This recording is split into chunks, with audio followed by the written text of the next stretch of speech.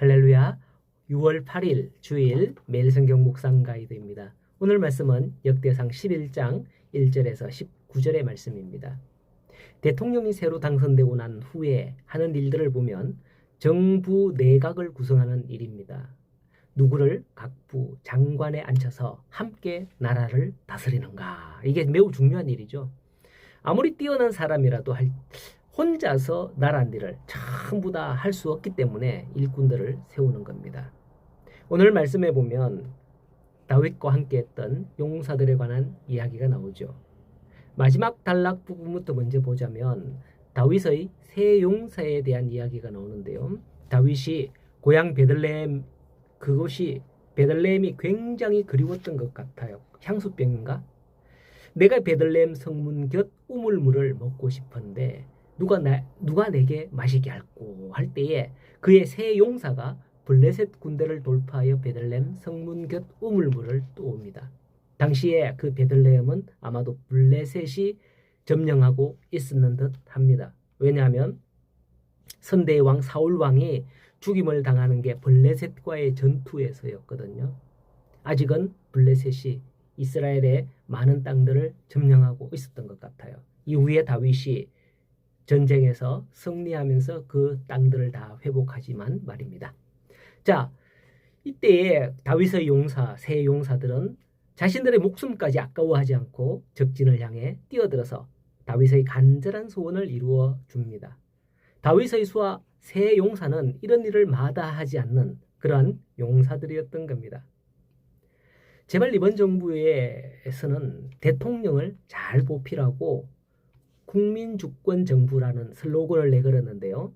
정말 국민주권 정부가 되도록 했으면 좋겠습니다. 대통령이 마음대로, 국회가 마음대로 하는 그런 정부가 아닌 국민들의 주권을 살리는 정부가 되어서 국민들의 소리를 들어야지 대통령이 마음대로 하는 그런 정부가 아니었으면 좋겠습니다. 자, 오늘 말씀 1절을 보면 온 이스라엘이 헤브론에 모여서 다윗을 왕으로 세우죠.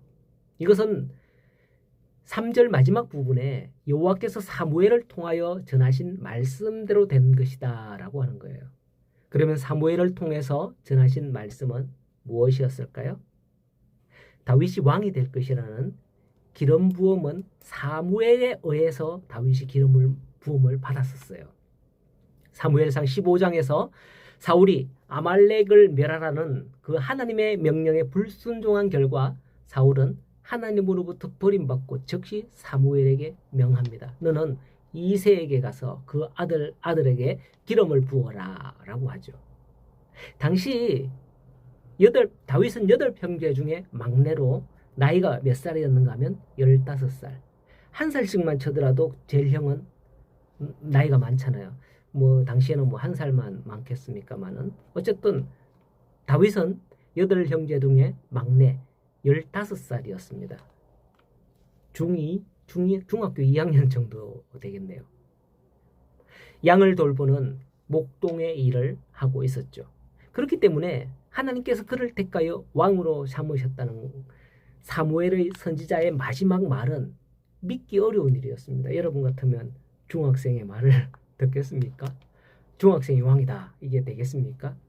이후 다윗은 15년 동안 사울의 손을 피해서 고난과 역경의 삶을 살아야 했던 것을 우리는 사무엘서를 통해서 쭉 볼 수 있는 거죠.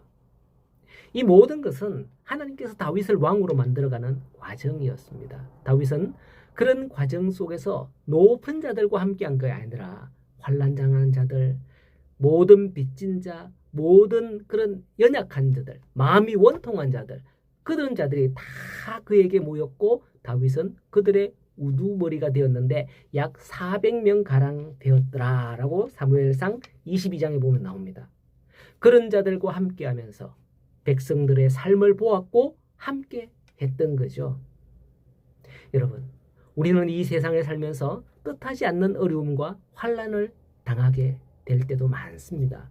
그리고 하나님께서 우리에게 주신 꿈과 전혀 반대 방향으로 나아가고 있는 거 아닌가? 이거 내가 구원받은 거 맞는가? 하여튼 이런 것들을 느끼며 낙심할 때도 많이 있죠. 또한 내가 하나님의 뜻대로 말씀대로 살기 위해서 힘쓰고는 있습니다만은 오히려 나에게 돌아오는 것은 실패와 비난일 때도 많이 있습니다. 이처럼 다윗의 기름 부음 받은 후에 다윗의 아버지는 뭐라고 생각했을까요? 이야, 우리 집에서 왕이 나다니, 야, 이 동네 잔치해야 되겠네 이거 하면서 기뻐하지 않았겠어요? 그러나 다윗은 이후 자신이 정말 왕으로 세움 받았나? 사무엘에게 완전 사기당한 거 아니야? 싶을 정도로 살았다는 거예요. 그게 무엇이었겠습니까? 다윗에게는 광야 훈련소였던 겁니다. 그 일을 통해서 다윗이 정말 위대한 왕이 될 수 있었던 것을 기억하고서 비록 우리도 예수 믿은 후 이와 같은 처지, 힘들고 어려운 처지를 할지라도 끝까지 인내하며 한번 나아가 봅시다. 민수기 23장 19절의 말씀에 의하면 하나님은 사람이 아니시니 거짓말을 하지 않으시고 인생이 아니시니 후회가 없으시도다. 어찌 그 말씀하신 말을 행하지 않으시며 하신 말씀을 실행하지 않으시랴라고 하십니다. 즉 하나님께서는 그 말씀하신 것을 행하시고 그 말씀하신 것을 반드시 이루시는 분이라는 거죠. 성도 여러분, 정녕 지금의 상황으로 형편으로 하나님의 약속을 판단하고 평가하지 않도록 합시다. 하나님의 약속은 반드시 성취된다는 걸 기억하고 그것을 우리를 통해 성취하기 위해서 우리가 그 그릇이 되도록 하나님께서는 광야학교로 우리도 다윗처럼 내몰 수 있다라는 걸 기억하고 조금만 더 인내하시면 좋겠습니다. 다윗에게 하신 약속은 이로부터 15년 후에 이루어집니다. 온 이스라엘이 다윗을 찾아와서는 1절에 보면 우리의 가까운 혈족이니 우리의 왕이 되어달라고 그렇게 말씀을 하고 있죠. 그리고 다윗이 왕이 될 때에 다윗 주변에 다윗을 위하는 용사들이 모여든 겁니다. 시편 25편에 보면 주를 바라는 자들은 수치를 당하지 아니한다라고 했습니다.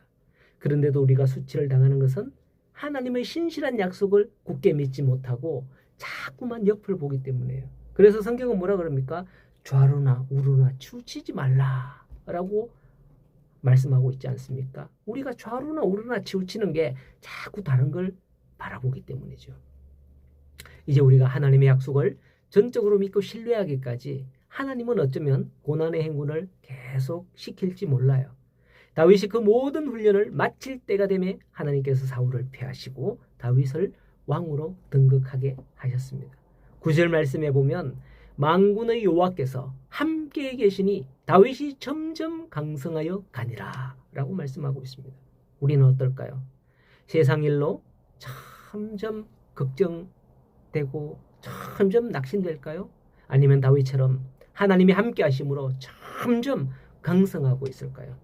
하나님께서 우리에게 직접 기름 부음은 없을지라도 우리에게 주신 약속의 말씀을 지키고 나아감으로 모든 어둠이 그치고 다윗처럼 점점 강성함의 축복을 받는 우리 성도 여러분 되기를 간절히 소원하고 축복합니다. 오늘도 복된 주일 되십시오.